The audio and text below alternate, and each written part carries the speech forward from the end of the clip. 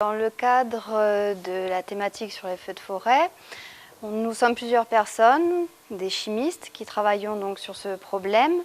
Alors, au niveau de la chimie, on va dire qu'il y a deux axes principaux.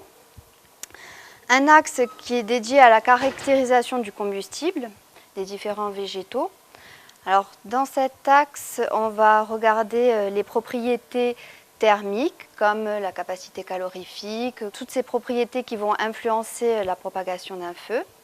Et un deuxième axe qui est ciblé sur la détermination de modèles cinétiques. Donc la cinétique, c'est tout ce qui concerne la vitesse des réactions.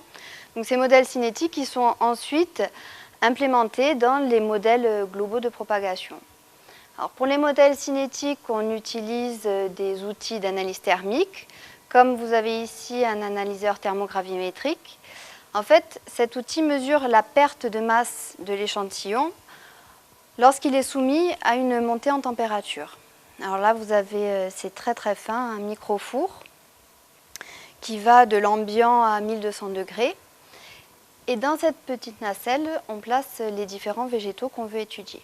Donc ensuite, l'échantillon est installé sur la tige. Ça prend un petit peu de temps, c'est très fin.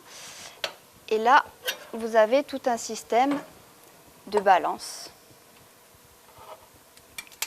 Hop. Donc voilà. Ici, vous avez un pesant et de l'autre côté, donc la tige qui est reliée à la nacelle.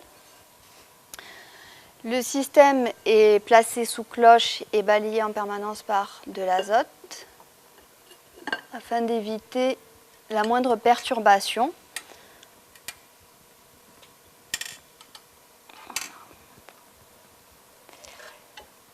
Le vérin monte et donc là il y a le four qui englobe l'échantillon et qui chauffe l'échantillon. Donc voilà, au cours de la montée en température, parce qu'on va partir de l'ambient pour monter jusqu'à 700 degrés à peu près, et au cours de la montée en température, l'échantillon perd de sa masse et on regarde justement la perte de masse en fonction de la montée en température. Et avec ces données-là, on va pouvoir définir des modèles cinétiques pour la dégradation de l'échantillon. Donc on applique ces méthodes sur différents végétaux, caractéristiques du maquis corse, ou bien alors sur des végétaux de type tourbe, parce que nous sommes engagés dans un projet international de collaboration scientifique. Donc voilà, on est amené à utiliser ces méthodes sur différents combustibles.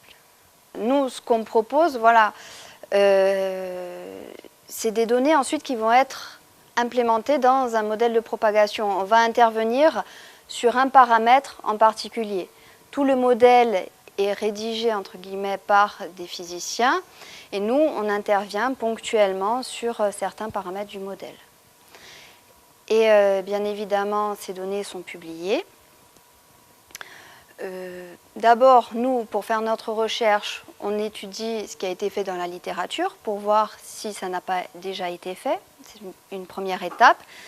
Si l'étude que l'on envisage n'a pas été réalisée, à ce moment-là, on va la publier. Bon, c'est dans des journaux internationaux de préférence.